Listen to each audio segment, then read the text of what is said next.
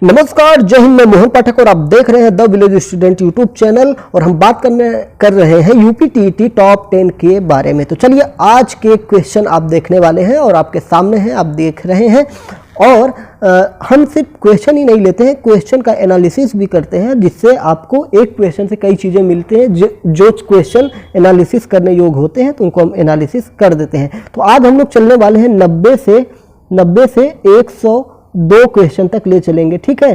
तो आपके कितने क्वेश्चन हो जाएंगे टोटल, मतलब इस सीरीज में आपके 100 क्वेश्चन पर्यावरण के हो जाएंगे।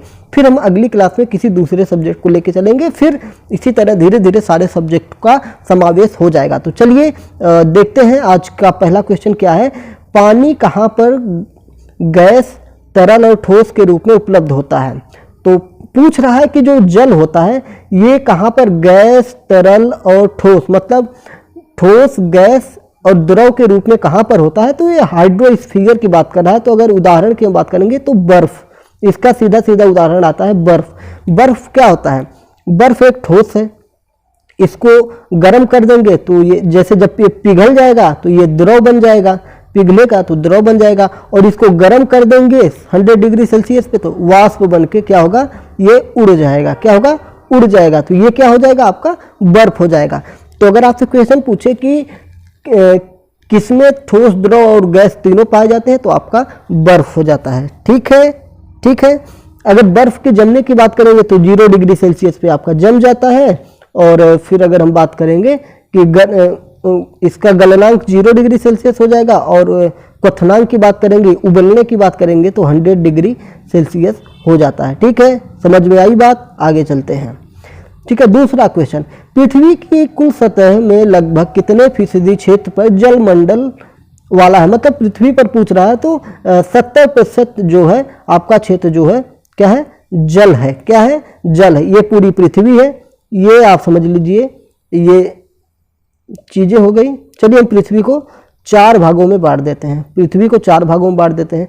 तो ये क्या है, आपका जल हो जाएगा और ये आपकी पृथ्वी हो जाएगी, ठीक है।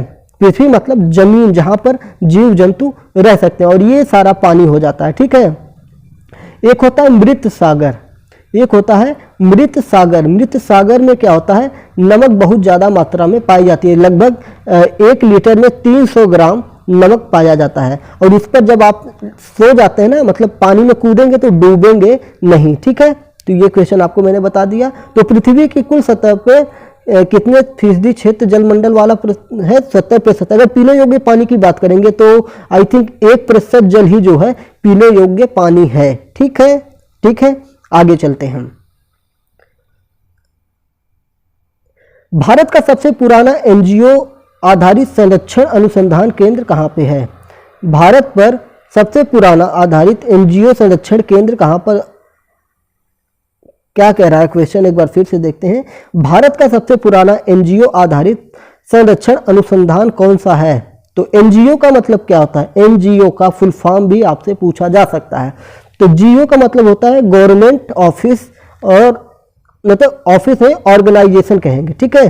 क्या कहेंगे, ऑर्गेनाइजेशन कहेंगे। जी से हो जाएगा गवर्नमेंट, ओ से हो जाएगा ऑर्गेनाइजेशन, ठीक है। और एन से हो जाएगा नॉन। नॉन मतलब होता है, नॉन मतलब होता है नहीं, मतलब ये जो एनजीओ होते हैं ये गवर्नमेंट या सरकारी नहीं होता। आप लोग देखते होंगे ना कि बहुत सारे एनजीओ सोशल सर्विस के काम करते हैं, हालांकि एनजीओ के आड़ में बहुत लूट खसोट भी होती है।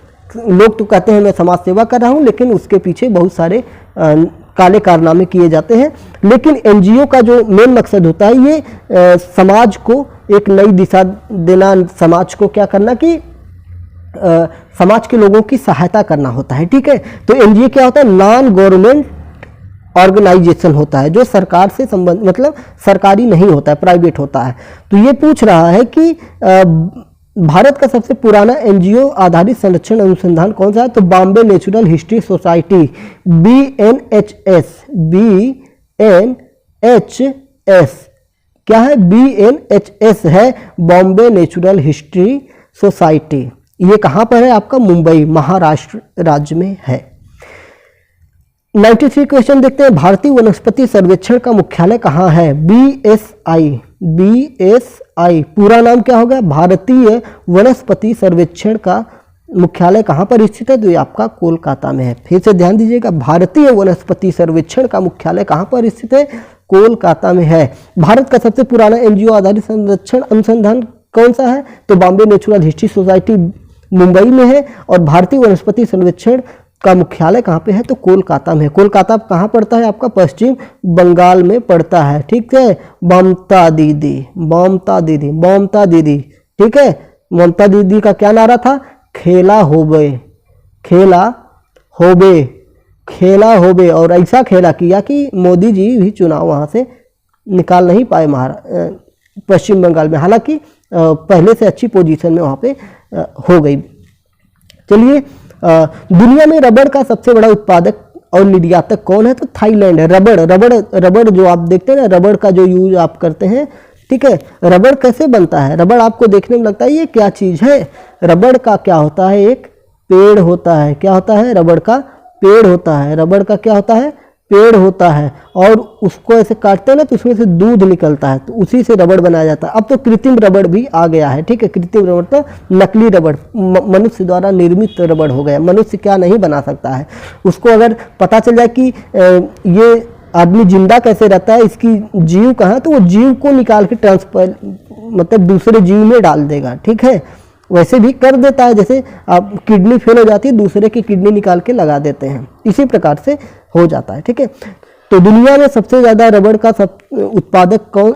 उत्पादक और निर्यातक। देखिए, उत्पादक की बात कर रहा है तो जो उत्पन्न करता है, तो पैदा भी करता है, और निर्यातक मतलब बेचता भी है, ठीक है। निर्यात, देखिए आयात, आयात और निर्यात। आयात का मतलब होता है कि मंगाना। क्या होता है? मंगाना, मंगाना। जैसे हमारे देश में क्या होता है? रबड़ का आयात किया जाता है, और थाईलैंड क्या करता है? उसका निर्यात करता है, ठीक है। अगले क्वेश्चन पे हम चलते हैं। अगला क्वेश्चन आपका, भारतीय प्राणी सर्वेक्षण मतलब ZSI की स्थापना कब हुई थी? तो 1916 ईस्वी में हुई थी, ठीक है। भारतीय सर्वेक्षण की स्थापना कब हुई थी? अगला क्वेश्चन है, जीवाश्म ईंधन मुख्य रूप से बना होता है। तो जीवाश्म ईंधन किस चीज का बना होता है? तो कार्बन का बना होता है। किसका बना होता है? कार्बन का बना होता है। कार्बन का बना होता है। किसका बना होता है? कार्बन का बना होता है, CO2। अब हम CO2 की बात करेंगे तो ये भी क्वेश्चन आपसे पूछ लिया जाता है, CO2 किन किन चीजों से मिलकर बना है? तो इसमें एक कार्बन है और 2 ऑक्सीजन है। क्या है? एक कार्बन है, 2 ऑक्सीजन है, ठीक है। एक कार्बन के अणु है, देखिए फिर से एक बार देखिए, CO2। देखिए अब इसको टुकड़े में करते हैं, C जो है अलग हो गया। अब ये एक ही कार्बन है और ये एक ऑक्सीजन है। समझ में आई बात? तो आइए चलते हैं। हमने कहा था कि आज 1 से 2 क्वेश्चन तक चलेंगे, ठीक है। कितना हो गया? 94, 95, 96, ठीक है। हाँ, चलिए आ गया अपना सिस्टम। चलिए, तो जीवाश्म ईंधन पन बिजली किस श्रेणी में आता है? पन बिजली किस श्रेणी में आता है? दोस्तों, पन बिजली की जब हम बात करेंगे ना, तो पन बिजली आपका किस श्रेणी में आता है? तो दोस्तों, पन बिजली आपका ऊर्जा के अच्छे स्रोत में आता है। पन बिजली, ठीक है। पन बिजली क्या होता है?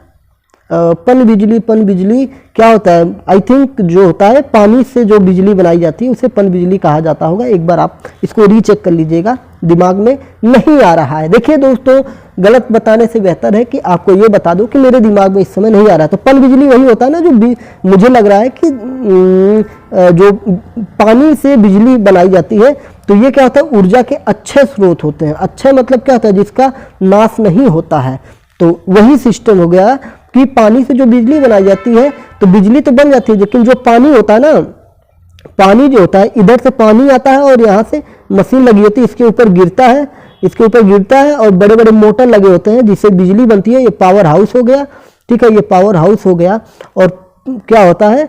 बिजली बन जाती है, ठीक है। और फिर जो पानी बचता है, ये मान लीजिए जो पानी है यहाँ पे आ जाता है। अब इस पानी को क्या किया जाता है? या तो किसी नहर के द्वारा कहीं पर भेज दिया जाता है, या इसी पानी को फिर से इसी झील में ले जाया जाता है, और फिर यही पानी क्या होता है? फिर इस पे आता है और फिर बिजली बनती है। समझ गए मेरी बात को? मतलब बिजली, पानी यहाँ से आता है, यहाँ मशीनों पे गिरता है और ये बिजली बन के पावर हाउस में जाता है, और फिर पानी घूम के फिर इसी झील में आ जाता है या किसी नहर या खेत में चला जाता है। ठीक है। तो पानी क्या है, पानी जो समाप्त नहीं होता है, ठीक है, तो आप ये ध्यान में रखेंगे। तो ये क्या है, ऊर्जा के अच्छे स्रोत होते हैं। जलता कोयला पर्यावरण में क्या छोड़ता है, तो भाई कार्बन डाइऑक्साइड और सल्फर छोड़ता है। ये क्या होता है, जलता कोयला जो होता है ना, बड़ा खतरनाक होता है, ये पर्यावरण प्रदूषण करता है। काला है तो क्या हुआ, दिल वाला है, ठीक है। पृथ्वी की ऊपरी सतह परत या सतह जो मनुष्य जीवन की मदद करने में सहायक है को क्या कहा जाता है, तो स्थल मंडल है भैया, जिसपे हम खड़े होते हैं। ये पृथ्वी है जिसपे हम बैठे हैं, खड़े हैं, सोए हैं, लेटे हैं, दौड़े हैं, खाए हैं, पिए हैं, उगाए हैं। उगाए मतलब खेती किए हैं।